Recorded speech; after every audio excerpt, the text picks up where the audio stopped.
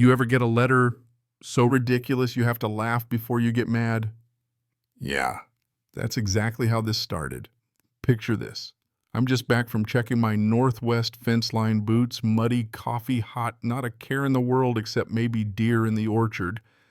Then bam, there's this certified envelope sitting on my porch, all official looking, with that High Ridge Valley HOA seal that might as well have been stamped with a middle finger, which is wild because I never joined any HOA, not in my DNA.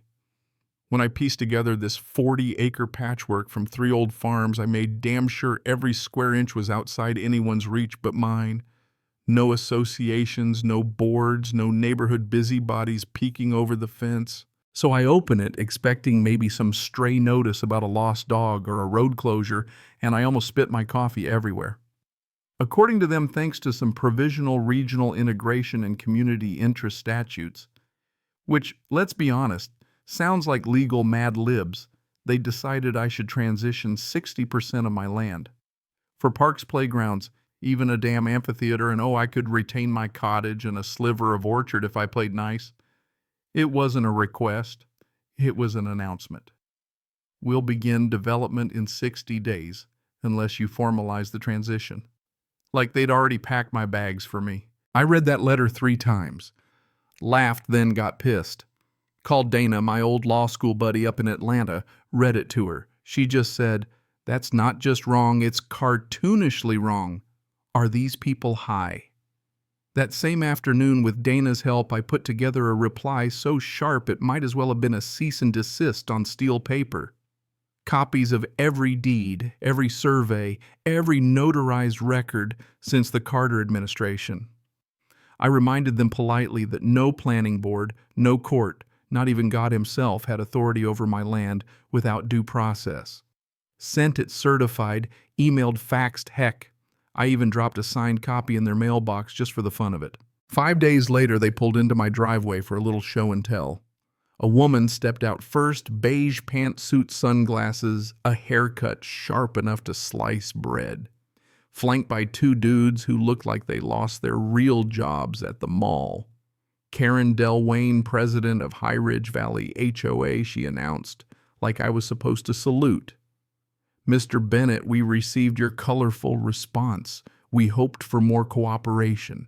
I told her straight, "You don't own an inch of this and you don't get to take anything from me." Her jaw went tight. One of the Polo twins handed me a scribbled map pointing out regional infrastructure growth zones as if crayons made it legal. I ripped the thing in half. Karen got real close and warned, "We are prepared to escalate through zoning reform." I just smiled and said, "Be my guest. My cameras are rolling." They left all slow and menacing, like that ever scared anybody. But you know how bullies are. 10 days later, I come back from the hardware store, and what do I find? Construction crew on the south edge. 4 trucks. Excavators, a mobile office, and a big yellow sign, "Future Site of the Community Welcome Center." The audacity! I stomped right over. The foreman just shrugged, said he had county and HOA approval, flashed some paperwork. Rookie mistake, he handed it to a guy who spent a decade in real estate litigation. The signature was ripped straight off an old Dalton sewer variance. Wrong notary, wrong date, wrong everything. I filmed the whole thing and told him to get the hell off my land before I called the sheriff. He looked at my posted property marker, then packed up his crew and left. But the damage was done. Brush cleared, gravel dumped, lines staked. That night I started my counterattack. This wasn't just about a fence anymore, it was about my future. I called Victor, a forensic document analyst who proved the permits were forged, literally cut and pasted from public files. Then I brought in Lucy, a surveyor with a drone who mapped every inch and showed every stake, every inch of illegal intrusion. I started a hard copy log with notarized photos, timestamps, you name it. I wanted a court to see everything. Filed a formal notice with the county, sent Karen and the HOA a certified cease and desist with a still shot of her crew trespassing. The next morning, I found plastic lawn signs at the edge of my orchard, future site Inspiration Park. HOA logo planted deep. I photographed them, tagged the GPS, left them as evidence. If Karen thought those signs were going to mark her territory, she had another thing coming. 3 months later, they went full circus, folding chairs, balloons, a big white ribbon, and no kidding, my old pump shed now labeled HOA administration. Karen stood up front in her cream blazer and big shade speech, in one hand sparkling water in the other, acting like she'd just liberated Normandy. With the generous support of our community partners, she said we now reclaim this land for High Ridge Valley. I walked up, phone rolling, and cut her off. Did you say reclaim? Because I have a few things for you. I handed out legal packets, trespass notices, civil claims, all notarized, all bulletproof. Karen's smile didn't reach her eyes after that. I told the crowd, everything here was built illegally. This is my land. The murmurs got loud. Karen tried to bluff with county permits. I shot back, you mean your cousin's forgeries?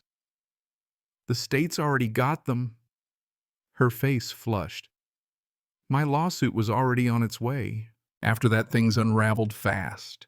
The news ran aerial footage of the illegal community center. My old friend David, now a private investigator, dug up that the county clerk who'd rubber-stamped the permits was Karen's cousin, Melvin Drake. No history, no credentials, just a familiar last name. And get this, he'd recycled permit stamps from a property flagged for fraud 5 years earlier. We had side-by-side scans, matching ink blots, everything. With Dana's help, we filed criminal complaints with the DA, federal ethics reports, the works. Then a twist I didn't see coming. Rye, the old HOA treasurer, showed up at my gate, sweaty and nervous, clutching a shoebox of receipts. He wanted no part of Karen's circus and handed over proof that HOA funds had gone to contractors tied to Karen's husband. The dominoes started to fall. David uncovered more county officials on the take, contractors bribed with Lake House Vacations emails where Karen literally talked about quiet cooperation with zoning as if that was just part of the job. A whistleblower clerk confessed to helping fudge parcel maps under pressure. The FBI got involved, and suddenly this little county spat was on national news, me, the stubborn orchard owner, versus the power-mad HOA president. The local congressman showed up. Residents who'd trusted Karen realized they'd been bankrolling a $1 million mistake. The trial was pure theater-packed courtroom media vans lined up Karen sitting stiff as a board between two defense attorneys. Dana, cool as ever, led with conspiracy, fraud, and property theft. The zoning whistleblower laid out how parcel IDs had been doctored to snatch half my orchard.